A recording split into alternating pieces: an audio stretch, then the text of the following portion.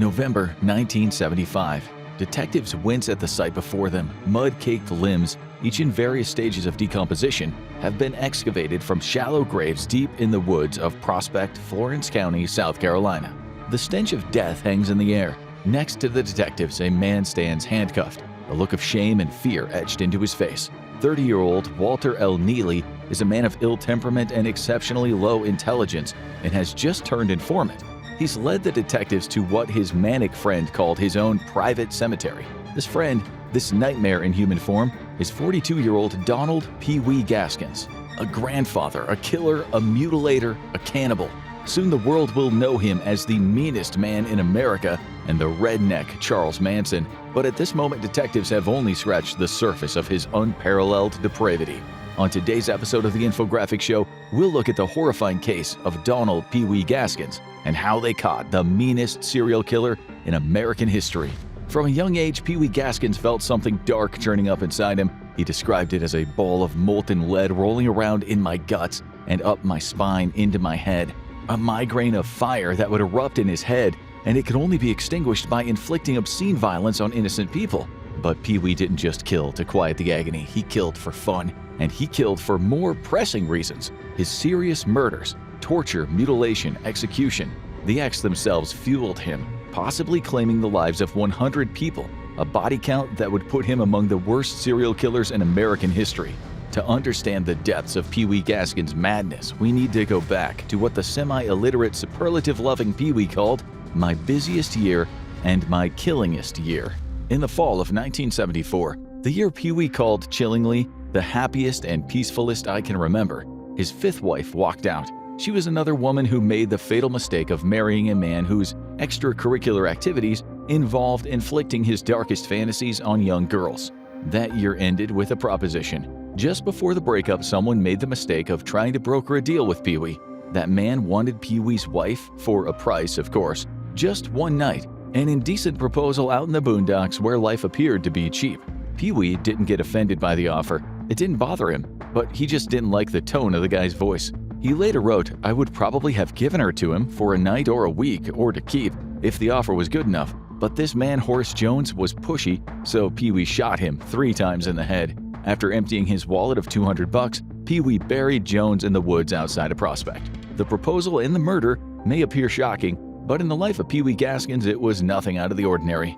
In February 1975, Pee Wee was hired for a contract murder. He had something of a reputation around Prospect as a man who would do anything for the right price. The contract was to take out an elderly man named Silas Barnwell Yates. His mistress, 27-year-old Suzanne Kipper, had had enough of him. Yates was a wealthy Florence County farmer who'd showered Kipper with gifts.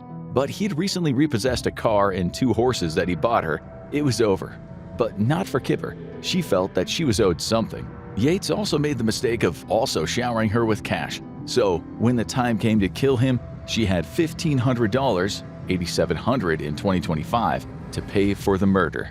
A contract was arranged between Pee Wee and 2 men named John Powell and John Oates. Pee Wee needed help for the hit, so he enlisted the ex-wife of his good friend. That friend was Walter Neely, and his former wife was Diane Neely.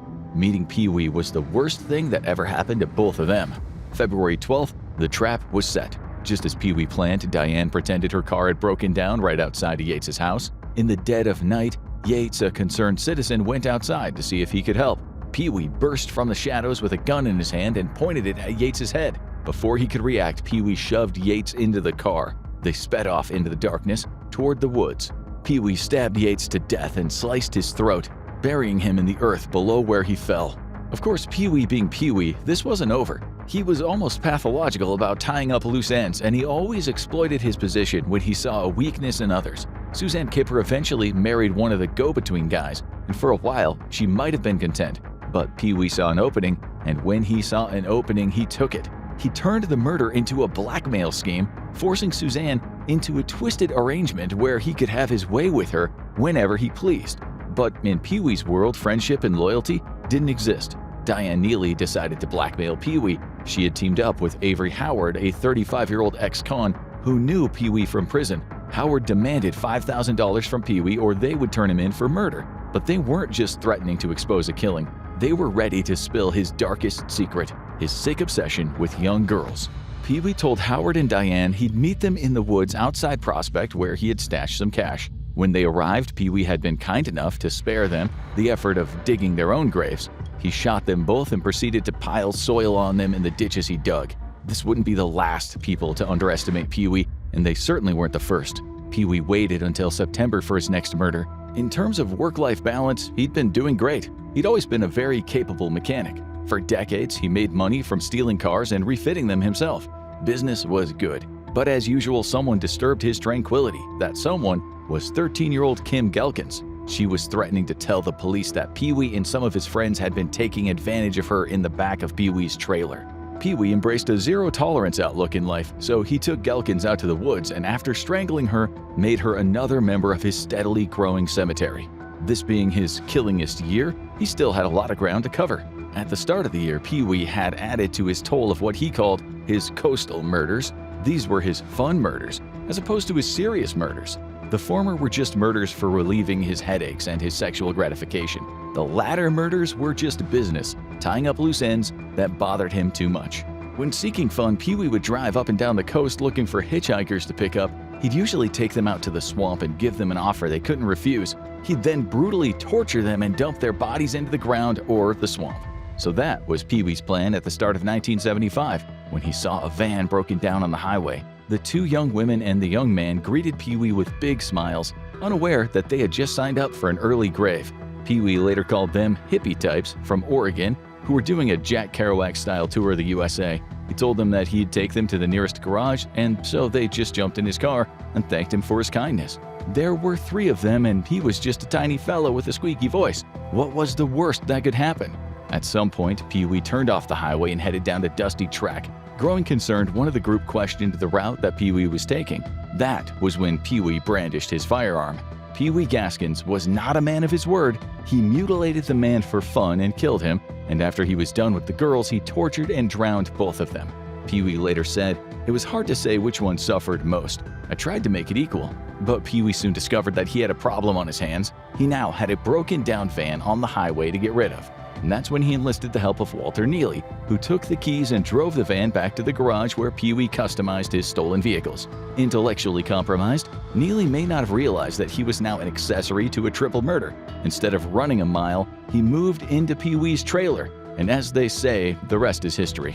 Pee-wee hadn't exactly gone under the radar of the police. However, they just thought that Pee-wee was a small-time crook with a history of violence. There were plenty of these types around Prospect. But now it was becoming clear to some detectives that a lot of people had been vanishing, and some of them could be connected to Pee-wee. But a few more people would have to die before the cops started to join the dots and could see Pee-wee Gaskins for what he was, a pint-sized monster. In October, Diane Neely's brother, 25-year-old Dennis Bellamy, and his 15-year-old half-brother, Johnny Knight, made a fatal mistake. They thought that they could clean out Pee-wee's chop shop and get away with it. But like so many before them, they underestimated the monster they were dealing with. What happened next is up for debate, but every version of the story ends with the pair being slaughtered and buried in Pee-wee's cemetery. Some say they robbed Pee-wee and paid with a head full of bullets. Others claim they got drunk with him, started trouble, and Pee-wee put Bellamy down before silencing Knight, the unlucky witness. Another version is that Pee-wee promised Bellamy cash for stolen guns, then decided keeping the money was better for his financial health. Whatever the truth, he murdered and buried them both, and Walter Neely was a witness. It could have been during his burial that Pee-wee proudly pointed out to Neely all the others lying in his cemetery. So even more people had gone missing. It was only after Kim Gelkin's mom and pop went to the cop that the police started focusing on Pee-wee. The parents told the police before their daughter went missing she was shacked up with Pee-wee, so the cops looked into his background. As you can imagine, Pee-wee wasn't what you would call a silver spoon child. His mother, Molly, the daughter of tobacco planters and cotton pickers, dropped out of school at the age of 12. She had Pee-wee on March 13, 1933, in the poorest of poor Great Depression-era areas in Florence County, South Carolina. Pee-wee's father, or so the story goes, was a wealthy and habitually drunk landowner who paid Molly $1 each week. However, when he discovered she was pregnant, he started giving her $10 a week for her very own shack, which didn't have many modern conveniences. As for his early life, Pee-wee was bullied and humiliated by Molly and the countless men that she brought back to her house. He suffered extreme neglect as Molly and the drunk men would frolic in front of him, hitting him if he got in the way. Pee-wee later said all of these stepdaddies beat him just for practice. It wasn't as if he could fight back. He was so small that by the time he could talk, he was already known as Pee-wee. He likely grew to 5'4", although some reports say he was just 5'2", and 130 pounds as a fully grown adult. In later life, he'd said his upbringing was just standard for those days. The only thing that made him feel safe was when he would hide out in the woods. So that was young Pee-wee, born into domestic hell, brought up on large doses of poverty and trauma served up with a rusty spoon. Hardly surprising then that he dropped out of school at age 11 and was soon a part of a burglary gang. He and his two little gangster friends, Danny Smith and Henry Marsh, were nicknamed the Trouble Trio, but Pee-wee was the worst. He was depraved. When he was barely into puberty, he was spending the proceeds of his crimes on prostitutes in Charleston and Columbia, driving there in stolen cars. With his hormones raging and his impulse control non-existent, he and his gang assaulted girls in the area, including Henry's younger sister. Pee-wee was good as well as bad with his hands, and by the time he was 15, he was already a fairly skilled mechanic. But crime thrilled him. Stealing and sex was never far from his mind.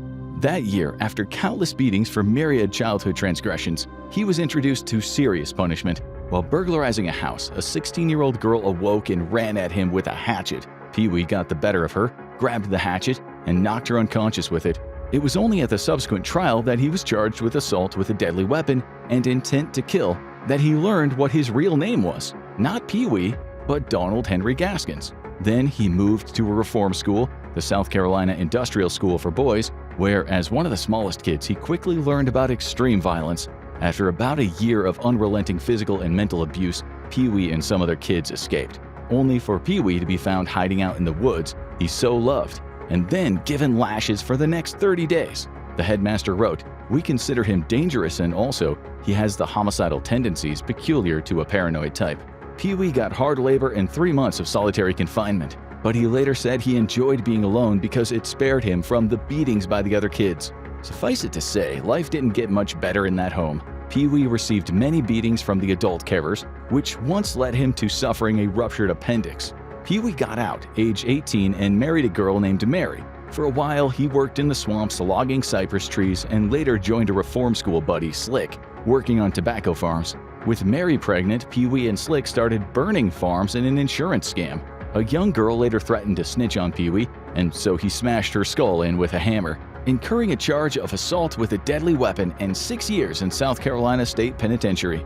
Some people sometimes say that predators have a kind of radar and they can spot victims a mile away. Well, no sooner than Pee-wee went to prison, he became the sweetheart of a rather uncompromising and unethical adult. Everyone laughed at him and called him a punk. One day, Pee-wee had had enough. He walked up to the toughest guy on the block, Hazel Brazel, and then slit his throat with a homemade knife, killing him almost instantly. Pee-wee later wrote, "I didn't really feel nothing much at all." He got lucky too, being able to claim self-defense and getting just 6 months in solitary. His sweetheart days were over. No one messed with Pee-wee after that. He learned that violence was king. It didn't matter how small you were. If you were willing to go that extra yard, people feared you. He also now had a taste for murder, which it turned out had made him feel great. For a while, Pee-wee drifted with the carnival, crisscrossing the country in a twisted American odyssey. Somewhere along the road, he married again, and crooked characters including Zena from Zanzibar, real name Betty, who after taking advantage of Pee-wee got him sent back to prison. This time, Pee-wee made his mark as soon as he entered, attacking a prisoner and slicing off his ear. He spent the next few years being moved around, becoming known as a useful assassin who would hurt someone real bad for the right money. Frank Costello, who was the godfather of the Genovese crime family in New York, gave Pee-wee the nickname the Little Hatchet Man in a prison in Atlanta. Over the years, Pee-wee cycled through marriages, prison sentences, and an endless spree of violence, theft, and an ever-growing obsession with young girls. People trusted him. He had a way of seeming friendly and harmless, but behind the grin lurked something far darker. As one prosecutor later put it, a real odd bird. He was either real nice or he killed you. It was after a stint in prison in Colombia that he realized that if he didn't want to go back to prison, he had to make sure his victims were kept quiet eternally. 1969, Sumter, South Carolina. Pee-wee was now 36. The headaches, the bothersomeness were getting worse. He was working construction on the weekdays and stealing and stripping cars in his free time. But what he really wanted, what drove his every thought, was to kill women. One day he saw a young blonde woman hitchhiking near Myrtle Beach. He He hadn't been hurting that day, but he later said that he was real fond of her because she had been so nice to me. When they were finally alone in a secluded area, Pee-wee swung a hammer into her skull, the beginning of 4 days of unimaginable torture. When he was done, he discarded her like garbage, dumping her body in a swamp. In September, he picked up another blonde girl, this time on Polly's Island. Her name was Angie. After committing acts of sexual depravity, he mutilated her body before drowning her and throwing her belongings in the river. He called these fun murders a miracle, like a beam of light shining down, showing him the path forward. He had to kill again. It was the cure for his headaches. The voices in his head told him so. And that's when he started calling these recreational medicinal kills his coastal murders. It's not certain when he killed his niece Janice and her friend Patty in 1970 if this qualified as serious or recreational. They were just young women who had been drinking, so Pee-wee kindly volunteered to take them back to his place to help them sober up with strong black coffee. As was his way, he tried it on with Patty. With vomit down her shirt, she rejected him as his niece lay unconscious on the sofa. Janice awoke to Patty's screams and the two girls attacked him. They hit him on the head with a lamp and ran for their lives, only for Pee-wee to catch up to them in his car on the path close to the woods. He bundled them into the trunk and took them back home, where he knocked them unconscious. He buried Janice near an old barn in Prospect and hid the body of Patty in a septic tank in Sumter. Pee-wee may have been responsible for the murder of 13-year-old Margaret Peggy Coutinho, daughter of State Senator James Coutinho. She was found in Sumter County's Manchester Forest, her body covered in cigarette burns, strangled to death. Another man was convicted, but Pee-wee insisted it was his doing. He claimed he killed her because she called him white trash. In 1972, he killed his first black woman, a 20-year-old named Martha Ann Dix who preferred the male name of Clyde. Martha was a drug addict with a long list of petty crimes on her rap sheet. On March 29th, having known Pee-wee for quite some time, she was pregnant and told Pee-wee she was going to call the baby Pee-wee Dix. It was a joke, but Pee-wee didn't find it funny. Dix usually dated other women, but she had a thing for Pee-wee. She used to tell people she was dating him and that the kid was his. One evening, he attacked her, forcing her to eat a whole jar of medicine and dumped her lifeless body in a ditch. He later said, "I didn't kill her for no reason besides her lying mouth." Pee-wee wasn't done with his serious murders. He might have killed 24-year-old gun runner Eddie Brown and his wife Bertie, partners in crime who made the mistake of trusting him. When Pee-wee suspected the police were closing in, he didn't take any chances. He took their lives. Then in 1973, he picked up a 14-year-old girl and subjected her to his routine of torture. Pee-wee later said, "It was not really a serious murder, but likewise, not just another coastal kill." He then killed Doreen Hope Dempsey, 22, and her 2-year-old daughter Robin. She and Pee-wee were old buddies from his carnival days. He had a hearse at the time with a sign in the window that said, "We haul anything, living or dead." It was a working business, but he later said, "I kill so many people I need a hearse to haul them to my private cemetery." It was this vehicle he told Doreen he'd use to take her and her daughter to the bus station. Instead, he killed them both and buried them in his cemetery. Pee-wee's daughter later said he killed the kid because he knew he wouldn't be able to resist his depraved temptations had he let her live. He later killed 36-year-old car thief Johnny Sellers. Sellers owed Pee-wee $1,000 for auto parts or a stolen boat, but he took his time paying the debt, so as usual, Pee-wee lured him out to the woods and shot him. He later said, "Me and Johnny walked around there in the woods, and I pretended I'd seen a snake, and I asked Johnny did he have his gun with him, so Johnny says I ain't got no bullets for my gun. I went back to my car and I got my gun and I shot Johnny." Johnny's 22-year-old lover, Jessie Ruth Judy, knew that he was meeting with Pee-wee, so Pee-wee paid her a visit. He stabbed her to death and buried her next to Johnny. Goes without saying that for his fun murders, Pee-wee preferred women and girls, but he wasn't what you would call a formalist kind of killer. In 1974, he followed 2 girls in his car, and when they finally stopped, he got out to greet them, only to realize they were 2 young guys with long hair, quite typical in the 70s. He took the boys at gunpoint to a quiet area where he tortured both of them, later claiming to have cut off pieces of their flesh to cook and eat. Death, Pee-wee said, was giving them mercy, according to what he wrote in his book. As 1974 came to an end, just as his 5th wife divorced him, Pee-wee carried on as if nothing had happened. All of this violence, all of his murders happened while he was living with his wives and children, playing the role of husband and father. And in a chilling display of his depravity, right after killing his own niece, he invited family over for dinner.